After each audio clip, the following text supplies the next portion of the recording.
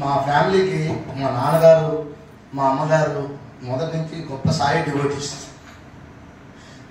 నా మిస్సెస్ మాలతి, మా మరదలు ధనలక్ష్మి, ఇంకోదాములు మరదలు వాసవి నిత్యం మందిరికి వస్తారు. మా మిస్సెస్ మీరందరూ 5 గంటలకే వచ్చి స్వామి దర్శనం గట్రా చేస్తారు. ఆ విధంగా మేము కూడా ఎక్కువ ఈ సేవ ఉన్నాం. మా మదర్కి మా ఇంటందరం చాలా అపురూపంగా, చాలా గౌరవంగా, చాలా ఆనందంగా లాస్ట్ వరకు చూసుకున్నాం.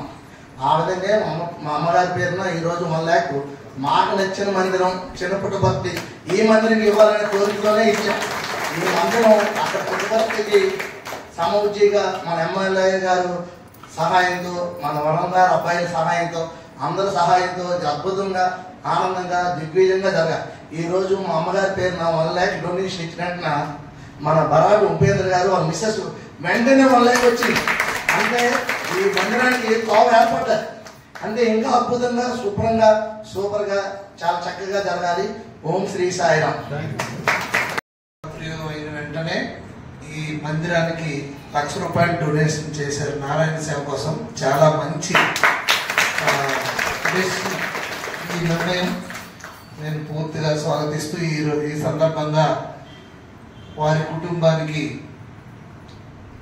ఆ స్వామి కృపా కటాక్షలు పూర్తిగా ఉండాలని, అలాగే వారి అమ్మగారి ఆత్మకి శాంతి చేకూరాలని నేను ఆ భగవంతుడిని స్వామిని ప్రార్థిస్తూ, అలాగే ఈరోజు ఆ కార్యక్రమంలో నన్ను కూడా భాగస్వామ్యం చేసినందుకు వారి కుటుంబానికి నా హృదయపూర్వక ధన్యవాదాలు, నమస్కారాలు తెలియజేసుకుంటూ ఈ కార్యక్రమంలో పాల్గొన్న వరం గారి పుత్రులైనటువంటి ప్రసాద్ గారు, అలాగే సంతోష్ గారికి, అలాగే ఇతర పెద్దలకు, మందిరం కమిటీ సభ్యులకు, భరద్వాజ్ గారికి, అందరూ కూడా పేరు పేరున నా హృదయపూర్వక నమస్కారాలు, ధన్యవాదాలు తెలియజేసుకుంటూ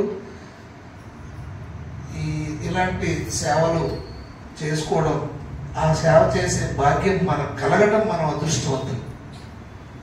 అది నేను కూడా ఆపర్చునిటీస్ కోసం ఎదురు చూస్తుంటాను. ఎందుకంటే ఆ సేవ చేసే అవకాశం మనకు దొరకాలి. దొరకడం కోసం మనం వెయిట్ చేయాలి. దొరికింది.